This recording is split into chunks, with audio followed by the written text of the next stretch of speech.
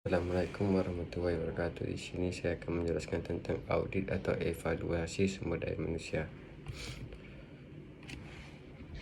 Audit sumber daya manusia adalah seluruh upaya penelitian guna memeriksa kualitas secara menyeluruh dari aktivitas yang dilakukan oleh sumber daya manusia pada suatu divisi atau perusahaan untuk mendukung tercapainya tujuan perusahaan.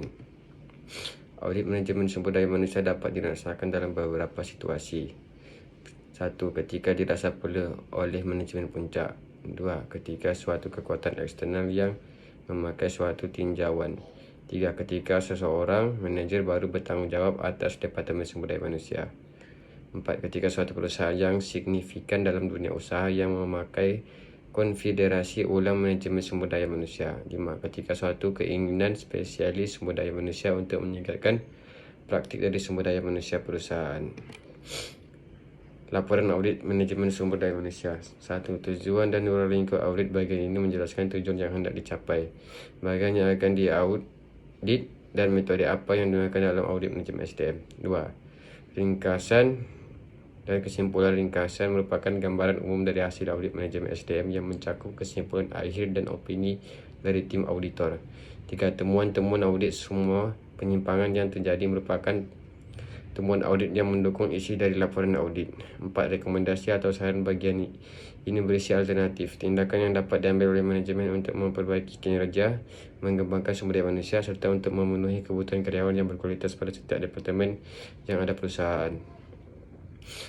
Tujuan audit manajemen sumber daya manusia untuk mengetahui apakah dan hasil kerja karyawan sesuai dengan rencana, untuk mengetahui apakah semua karyawan dapat menyelesaikan job description-nya dengan baik dan tepat waktu, sebagai pedoman menentukan besarnya balas jasa kepada setiap karyawan, sebagai dasar pertimbangan pemberi pujian atau hukuman kepada setiap karyawan, sebagai dasar pertimbangan pelaksanaan muksi vertikal, horizontal dan atau ahli tugas bagi karyawan. Manfaat audit manajemen sumber daya manusia: mengidentifikasikan kontribusi satuan kerja yang menangani sumber daya manusia kepada organisasi, memperbaiki citra satuan kerja yang mengelola sumber daya manusia. Mungkin dapat dikatakan bahawa timbulnya citra negatif atau persepsi tidak benar merupakan akibat ketidakmampuan manajemen sumber daya manusia suatu organisasi dan tidak disebabkan oleh persepsi para pelaksana tugas pokok, kejelasan tugas dan tanggungjawab satuan yang kerja menangani sumber daya manusia, mendorong penerapan kebijaksanaan yang seragam dalam praktik-praktik mengurus sumber daya manusia.